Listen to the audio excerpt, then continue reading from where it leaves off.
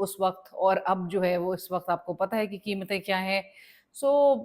یہ سب کرنے کے باوجود آپ نے لوگوں کو آپ ریلیف نہیں دے سکے اور ان کی ہر گزرتے دن کے ساتھ جو لوگوں میں ایک جو تاثر ہے کہ یہ حکومت جو ہے وہ خود اپنے تئیں فیصلے کرنے کے قابل نہیں نظر آتی یا کوئی معاشی سٹینڈ لینے کے کوئی قابل نہیں ہے، سکت نہیں رکھتی اور یہ صرف اور صرف آئی ایم ایف کی ڈکٹیشن پر یہ فیصلے کر رہی ہے، بجٹ بنا رہی ہے اور جس قسم کے اقدامات لیے جا رہے ہیں جس میں لیوی بڑھا کر آپ عوام سے ہی وصول کر رہے ہو، آلریڈی جو ایگزسٹنگ ٹیکس پیئر ہے اسی کو نچوڑا جا رہا ہو اور نہ کہ آپ اشرافیہ کے پیچھے جو ہے وہ جائیں اور آپ ان کو جو ٹیکس نیٹ میں نہیں ہیں ان کو آپ ٹیکس نیٹ میں لے کر آئیں. سو گھوم پھر کے آپ آئی ایم ایف کی ڈکٹیشن پر ہی آپ یہ لوگوں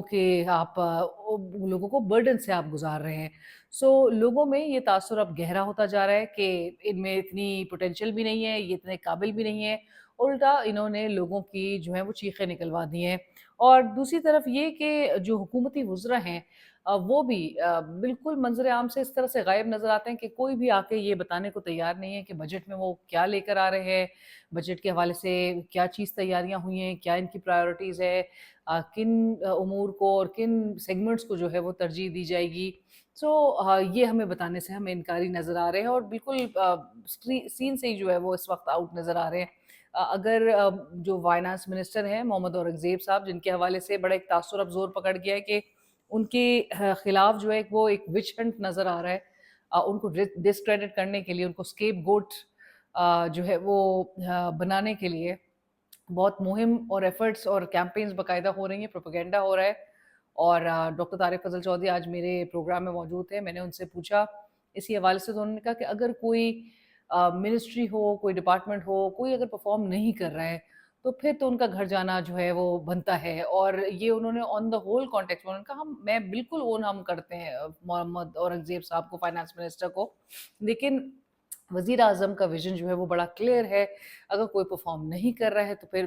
میں نے سوال کیا کہ اگر کوئی پرفارم نہیں کر رہا ہے اور اگر اس قسم کی باتیں کہیں جا رہی ہیں اور یہ تبدیلیاں دیکھی جاتی ہیں سو پھر یہ تبدیلیاں کیا ریفلیکٹ کرے گا کہ اب تک جو ہے وہ آپ ایکسپیریمنٹ ہی کر رہے ہیں. 4 سال میں آپ نے وہ سمت کا آپ تعین نہیں کر سکے، آپ کو امپورٹ کرنا پڑا ایک فائنانس منسٹر اور امپورٹ کرنے کے بعد اب آپ ایک بندے کے اوپر تمام آپ اس وقت معاشی جو صورتحال ہے اس کا آپ برڈن یا بلیم جو ہے وہ ڈالنا چاہتے ہیں. یہ کسی ایک شخص کی وجہ سے نہیں ہوتا، یہ کلیکٹیو دماغ جو ان کا تھا وہ کلیکٹیو وزڈم کا حال یہ ہے کہ آج ہمیں ملک اور ملکی معیشت، ملکی عوام جو ہے جس حالت میں نظر آ رہی ہے یہ کلیکٹیو وزڈم کا نتیجہ ہمیں شاہکار نظر آ رہا ہے. سو وزیر مملکت برائے خزانہ یہ بلال اظہر کیانی صاحب، اگر محمد اورنگزیب صاحب فائنانس منسٹر وہ ٹی وی پہ، آپ کو پتہ ہے میڈیا انٹریکشن ان کا بڑا کم ہوتا ہے، وہ انٹرویوز بہت کم دیتے ہیں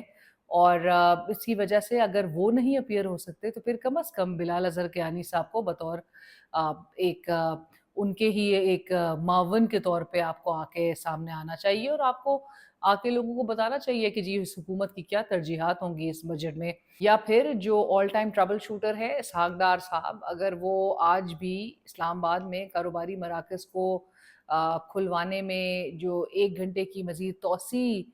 کرنے جیسے یا پھر منیمم فیول کنزمپشن کے حوالے سے جو لیے گئے اقدامات ہیں، اگر وہ اس کا جائزہ لے رہے ہیں ایک خصوصی کمیٹی کے اجلاس کی شکل میں، تو پھر وہ ٹی وی پہ یہ بھی آگے ضرور بتا سکتے ہیں کہ اس حکومت نے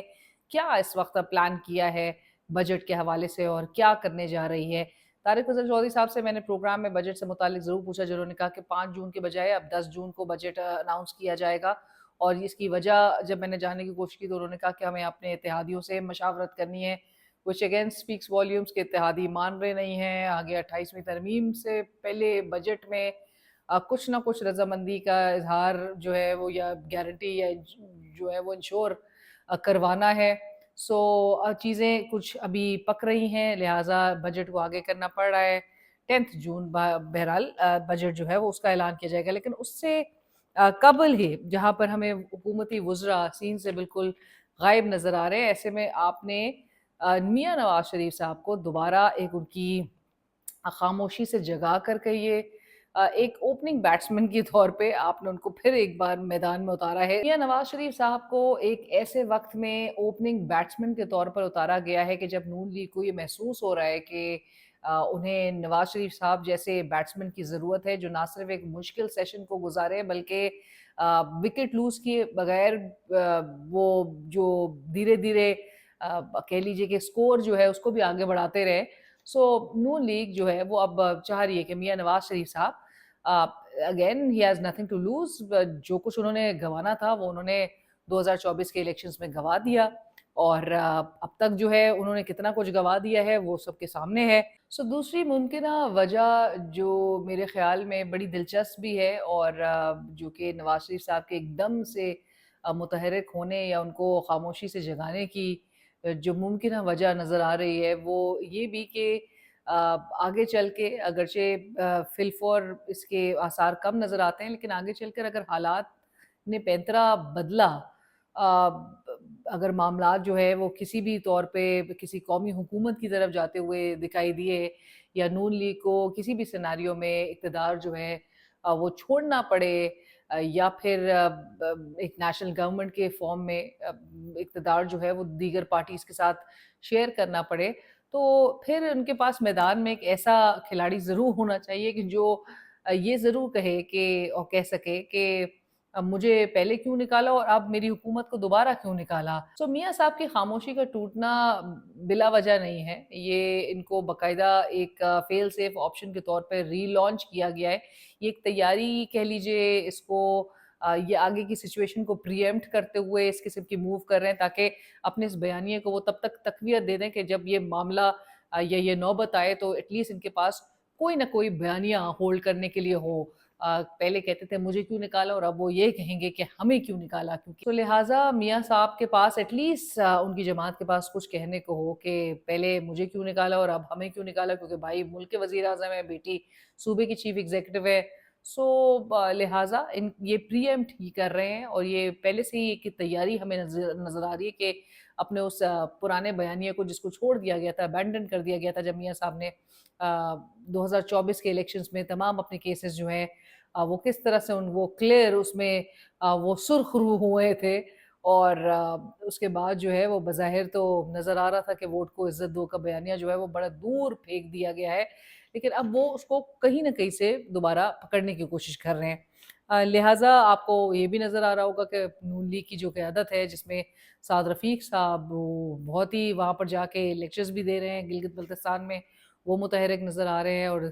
وہ دیگر. تو لہٰذا اور انٹرسٹنگلی جو بڑی آپس میں ایک دوسرے کے اوپر جو لان تان کی جا رہی ہیں اس میں آج احسن اقبال صاحب بول رہے تھے کہ جی 200 میگا واٹ بجلی بنانا جو ہے وہ بجلی ایڈ کرنا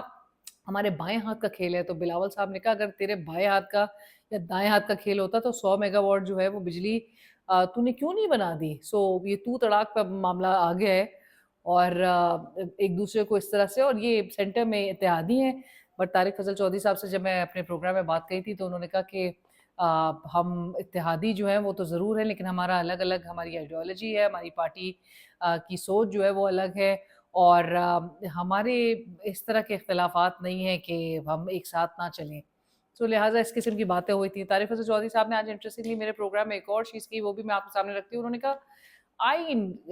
میں جو ترامیم بار بار کی جا رہی ہے, ترمیم جو امینڈمنٹس کرنی پڑ رہی ہیں, انہوں نے کہا آئین میں ترمیم جو ہے وہ بہتر ہے آئین معطل کرنے سے. لہٰذا اس سے بہت سارے سوالات ریز ہو جاتے ہیں. اس سے سوال سب سے پہلا تو یہی ریز ہوتا ہے کہ آئین میں ترمیم جو ہے وہ کرنی کیوں پڑ رہی ہے اور آپ سے کروا کون رہا ہے, اور کیا آئین معطل ہونے کا خدشہ بھی موجود ہے کہ اگر آپ ترمیم نہیں کریں گے تو آپ کے اوپر جو ہے وہ پریشر ہے کہ آئین معطل کسی بھی وقت کر دیا جائے گا.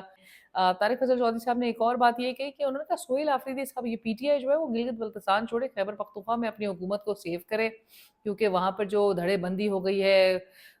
گنڈاپور صاحب ورسز سہیل آفریدی گروپ, سو یہ گروپس میں, اور وہ کہتے ہیں ابھی ہم نے اپنا حصہ نہیں ڈالا, اگر ہم اپنا حصہ ڈالیں تو 2 دن میں سہیل آفریدی کی حکومت گر جائے گی. منگل کے روز پھر عمران خان صاحب کو ان کی فیملی سے ان کی قیادت سے نہیں ملنے دیا گیا. ایک اڈیالہ جیل کے باہر پھر وہی مناظر تھے.